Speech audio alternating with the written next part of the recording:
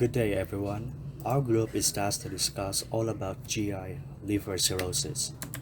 The objectives of this discussion are the following: to be able to define and discuss the physiology of the disease, to discuss the pathophysiology of the disease, to know the treatment options for the disease, and to discuss at least one drug mechanism related to pathophysiology. Definition and physiology. Cirrhosis is defined as the histological development of regenerative nodules surrounded by fibrous bands in response to chronic liver injury that leads to portal hypertension and end-stage liver disease. Liver cirrhosis is a chronic disease with increasing prevalence.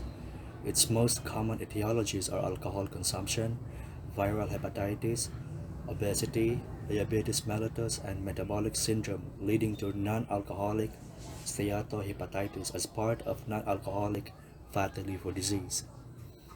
In general, liver cirrhosis results from ongoing fibrosis formation, and further progression leads to portal hypertension, hepatic encephalopathy, and an increased risk of organ failure and hepatocellular carcinoma, which is associated with high mortality.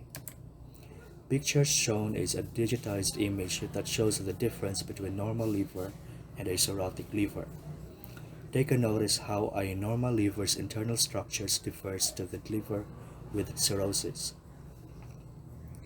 First, the regenerative nodules in the normal liver is compact and organized like a wall. In the cirrhotic liver, the regenerative nodules are scattered inside the whole structure as well as the myofibroblast.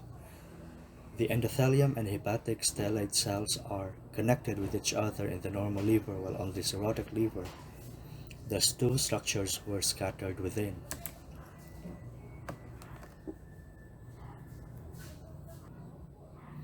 Liver cirrhosis pathophysiology. Fibrosis describes encapsulation or replacement of injured tissue by a collagenous scar.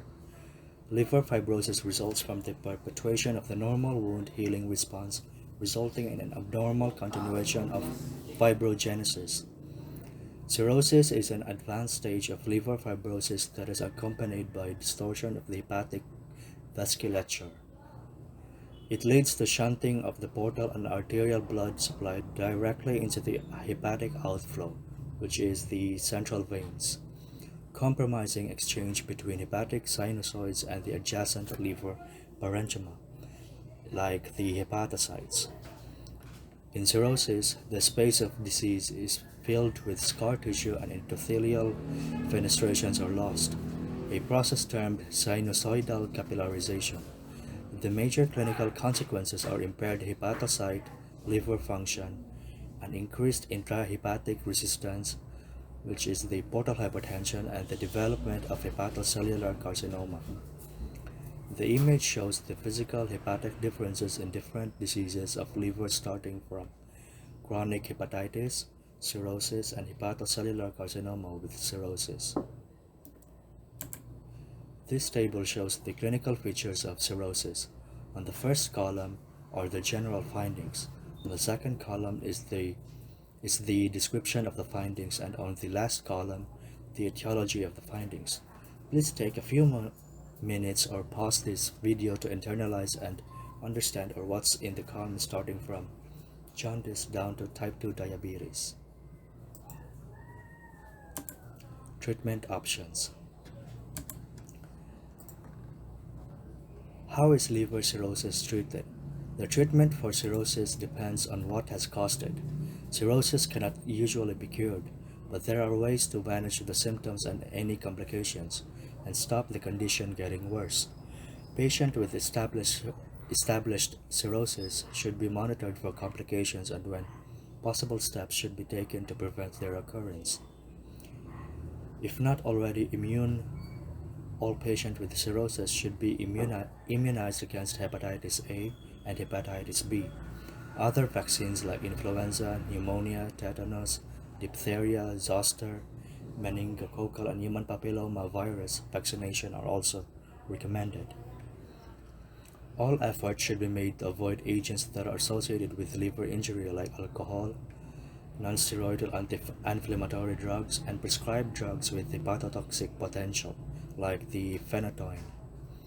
This means that the following are of many options in treating the cirrhosis: alcohol dependency treatment, using medications to direct infections and other complications, managing portal venous pressure, banding to control and manage to bleed, injections, therapy, TIPS or transjugular intrahepatic portosystemic stent shunt. Ascites. The word is derived from the Greek word askos, meaning bag or sack.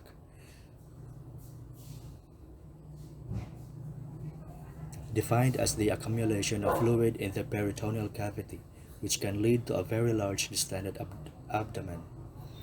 Ascites is the most common complication of cirrhosis.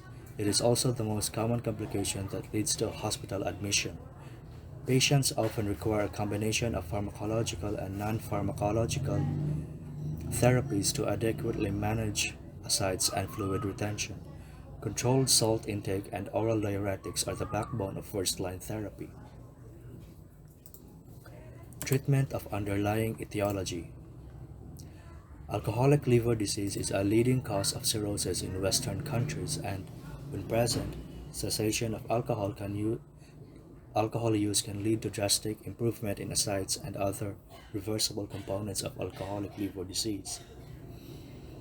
Similarly, treatment of hepatitis B, hepatitis C, and autoimmune hepatitis can lead to resolution of ascites or a heightened response to medical therapy.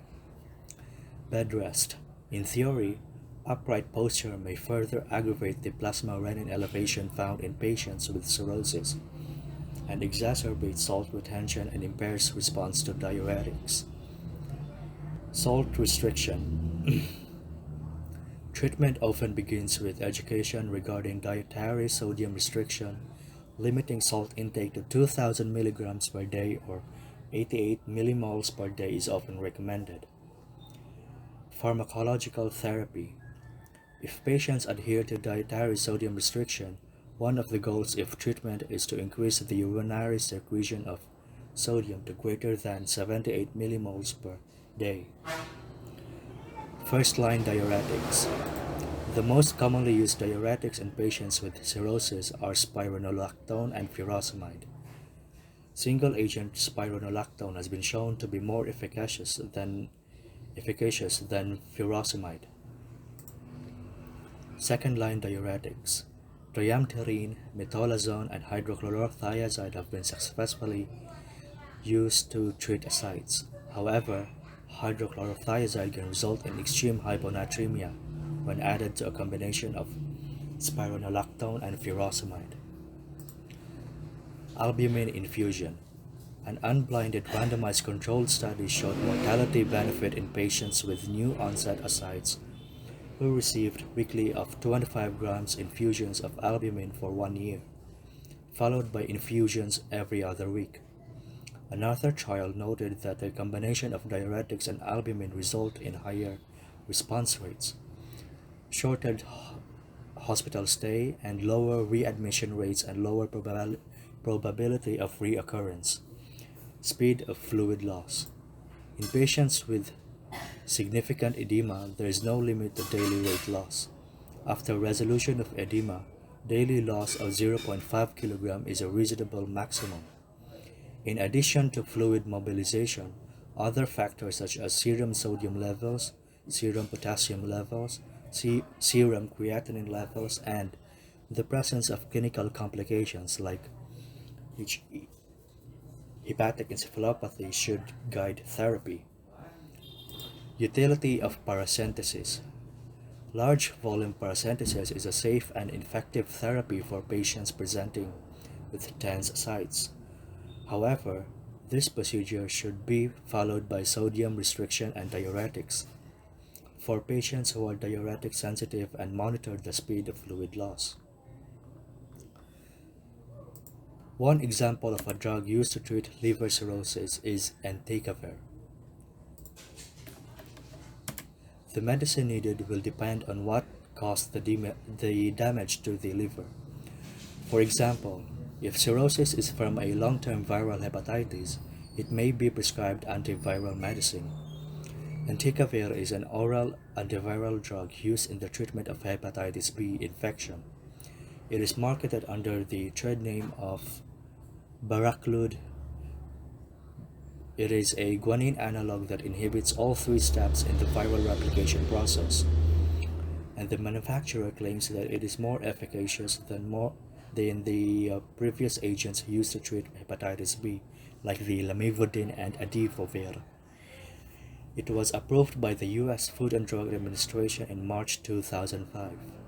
In 2015, a study was published about an evaluation of the clinical outcomes of 240-week treatment with entecavir, with a dose of 0.5 milligrams, in Chinese nucleoside-naive patients with cirrhosis. Entecavir was an effective treatment option for patients with hepatitis B virus-related compensated or decompensated cirrhosis that can result in sustained virologic suppression and histologic improvement. Entecavir's mechanism of action is it acts by competing with the natural substrate of deoxyguanosine triphosphate. Entecavir functionally inhibits all three activities of the HBV polymerase, which is the reverse transcriptase. First, the base priming. Second, the reverse transcription of the negative strand from the pregenomic messenger RNA, and third, synthesis of the positive strand of HBV DNA. Upon activation by kinases, the drug can be incorporated into the DNA, which has the ultimate effect of inhibiting the HBV polymerase activity. These are the URL of the references of our discussion. Thank you.